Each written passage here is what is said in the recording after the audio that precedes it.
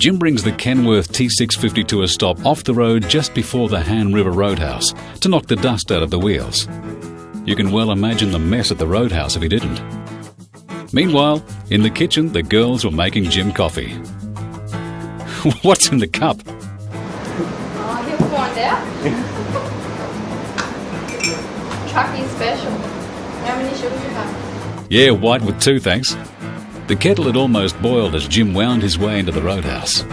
Up here in the Gulf country, the pace is a little more laid back, and unloading the freight could wait until after smoko.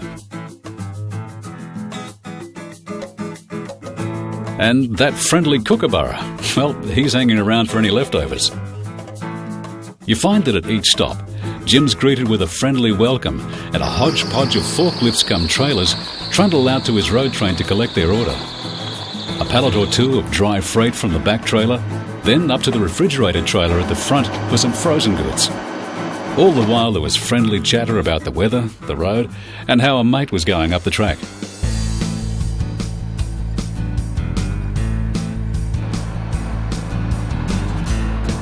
Half an hour or so later, Jim was back behind the wheel, guiding the Kenworth T650 further northward. For the next stop, Jim was to make a detour a few miles off the track to Artemis, one of the larger cattle stations in this region.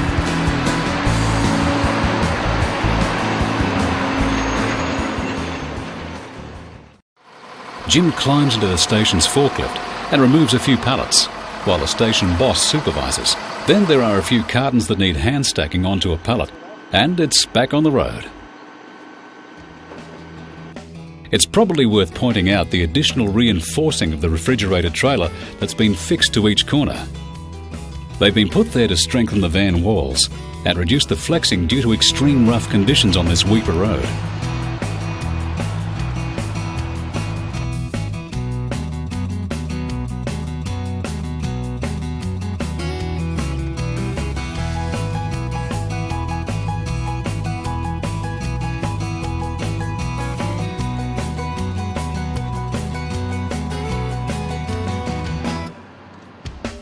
Jim guides the T650 out of Saltwater Creek and into the Musgrove Roadhouse, where a forklift is waiting.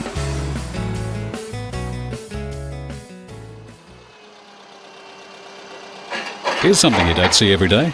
Jim carries this chain with a purpose-built hook that connects to the forklift so the pallets can be dragged to the back of the van when a pallet jack isn't available. It's a simple and effective device. And sure enough, there was that pallet of beer they'd been so eagerly waiting for. There was one last pallet of refrigerated goods from the van before Jim was back on the road. Not far out on the road, Jim meets a mate, Cooter, in his cattle truck.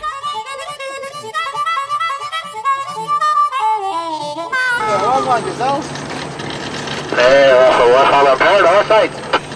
He's not really more, mate, You the only one up here or more up here behind you? No, I'm the only one. Oh, you're going to start to lose you, mate. I'll talk to you, eh? I'll be catch you. Have a good one. Around this bend, the road rises steeply, and Jim begins the long climb over the Great Dividing Range. It's a long, arduous pull for the big-hearted C15 Caterpillar. Today, it's pretty easy going, though, because the road is firm and dry.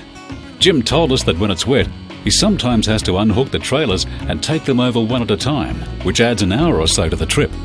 To help with traction, Jim has 4 concrete blocks loaded into the front of the fridge van, which puts plenty of weight on the drive wheels of the Kenworth T650 to give it traction for these steep climbs. And we'll show you them later when Jim gets to Weipa. We asked Jim what he likes best about the Kenworth T650. Oh, I don't know, it's just bloody good solid truck. Smooth to ride in. You know, compared to them bloody thinking, oh, Max, it's on airbag, of course, but yeah, no, they're just fairly reliable and not too big to do, too hard to keep clean on the inside, and yeah, no, they're a good truck. Plenty of visibility. Jim told us that it's only been in the last 3 to 5 years that they've been able to bring triples all the way through to Weipa. For the last, probably 3 to 5 years, it's sort of been a regular thing. We come up with either 2.5 one week and 3 the next week, or sometimes 3.5.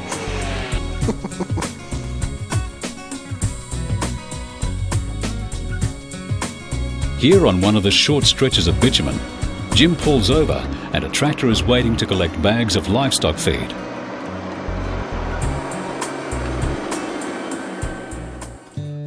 It's hot, heavy work, and they all have to be lifted by hand onto the pallets.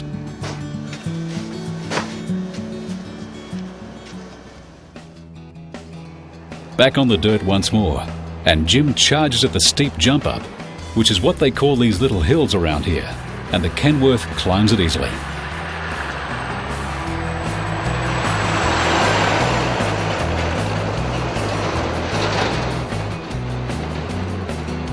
Then the road flattens out for mile after mile.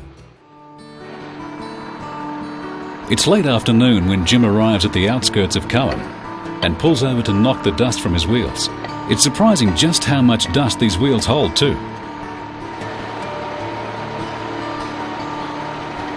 Jim reverses the road train a few metres before slowly rolling forward to let all the dust fall from the rims.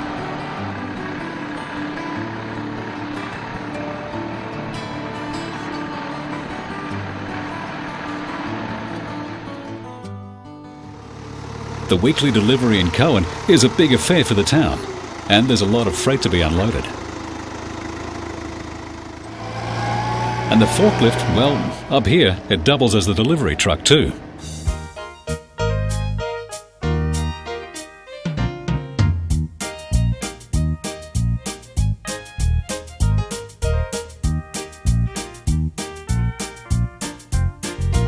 And not all things go smoothly.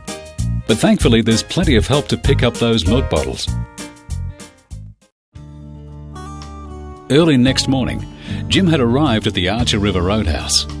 This morning, Jim decided to unload the freight before breakfast, and you can see how handy that long chain is pulling out the pallets.